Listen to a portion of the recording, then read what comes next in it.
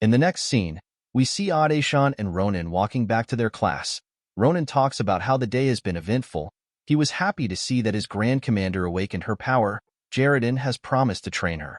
With a smile on his face, our boy turned around and asked Adan about how she feels.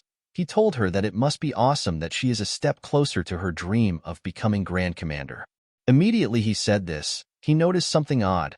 Ronan realized that Adan was worried. He asked her to tell him what is wrong. With a scared look on her face, Adan stared at her shadow mana. She explained to our boy that if her power keeps growing, its influence will eventually reach people. She asked Ronan if it is actually okay for her to have such a dangerous ability. At first, the girl was excited that she obtained a new power. It felt like she was getting closer to her dream. Adan explained to him that she is scared after seeing the true nature of her power. She told Ronan that she might use innocent people as puppets and sacrifice them under the pretense that it is for the good of the majority. This kind of thing can become the new norm for her. Adan revealed to our boy that she is scared she will become a monster who will do anything for victory. Ronan was shocked to hear this.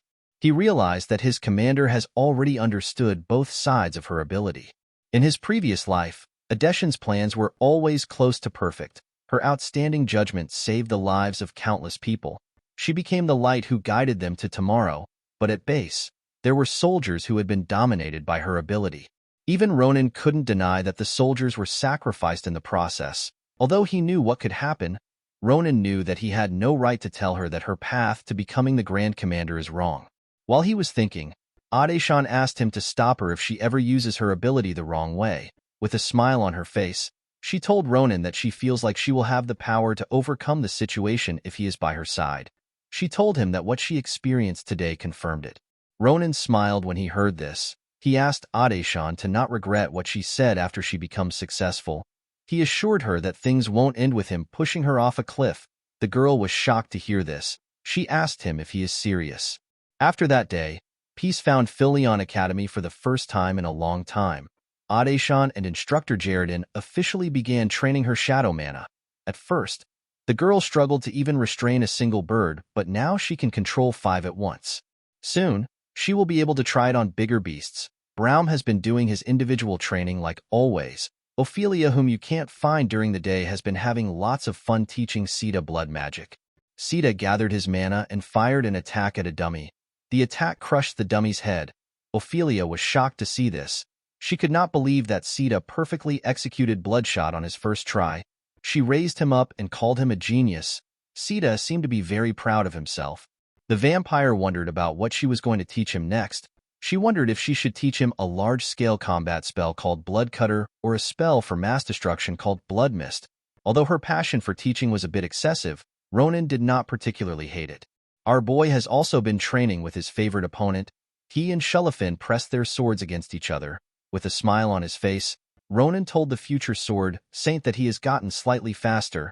He asked him if he has been training behind his back. Shelifin noticed that Ronan's attacks had gotten more elaborate. He asked our boy if he has been receiving special training from Neburos. Although they had both gotten stronger, the two of them did not want to accept the fact that they were equals. They began to attack each other more aggressively. Maria realized that these two battle junkies have been fighting for hours. She wondered if they are not tired. She told Estelle that the two of them should just go to a battlefield if they plan to keep this up. Estelle laughed when he heard this. With a smile on her face, the girl said that this is Ronan's charm. She turned to Estelle and asked him if he agrees with her. With a shaky tone in his voice, the boy said that Ronan has always been strong and impressive, even back in their hometown. With a nervous look on his face, he asked Maria if she prefers someone as reliable as Ronan. The girl laughed when she heard this. She could not believe that Estelle was jealous. She placed her hand on his shoulder and told him that he is adorable. She told him that he is still the best. Estelle began to blush when he heard this. He told her that he is not talking about that. Maria turned around and reminded him that they need to work on their teamwork training. She told him that they have to show our boy their power in the next duel. She referred to him as Cutie and asked him if this is a good idea. Estelle gently told her that it is. In the next scene, we see Ronan at a professor's office. While looking into a tea, our boy told the professor that he was curious about the reason he called him. He told the person that his prediction was right. He revealed to the professor that his senses are opening up just from the scent of the tea. He told the person that the tea is similar to what he had at Saranti's shrine. Ronan reminded the professor that he said he wouldn't waste a single leaf until he succeeded at cultivating it. Due to the fact that the professor made him some tea, our boy asked him if he has cultivated the leaves. With a smile on his face, Professor Varen told our boy that he was able to do it thanks to him. Varen is the Special Adventure Club advising professor. He explained to Ronan that he would have never known about the existence of the herb if he hadn't given him the present he received from Saranti. He told him that he is so happy to be able to help so many people in the future with the leaves he has cultivated. Our boy clapped for Varen. He told him that he is happy to hear this. He explained to him that he wanted to repay him for taking care of all the accidents they had during their club activities. Varen was able to do this because he is the advising professor of the club. With an evil smile on his face, Ronan asked the professor if this will repay him for all the accidents and the few accidents that will occur later in the future. Varen became nervous when he heard this. He revealed to Ronan that there is another reason why he called for him. He took out a paper and told our boy that they have finally received a reply. The reply came from the place he wanted to visit to learn more about his curse. The place Varen is referring to is the Mage Tower of Dawn. The professor gave Ronan the paper and told him that they have approved his visit. Our boy was happy to hear this. He revealed to his professor that he has been itching to visit. Varen asked him to be careful. He explained to him that the Mage Tower is probably unsettled right now because of the unfortunate accident that occurred recently. He revealed to Ronan that he will not be going alone. He told him that the plan is for the postponed major magic honor students to go along with him on a field trip. In other words, one of Ronan's classmates will be going along with him.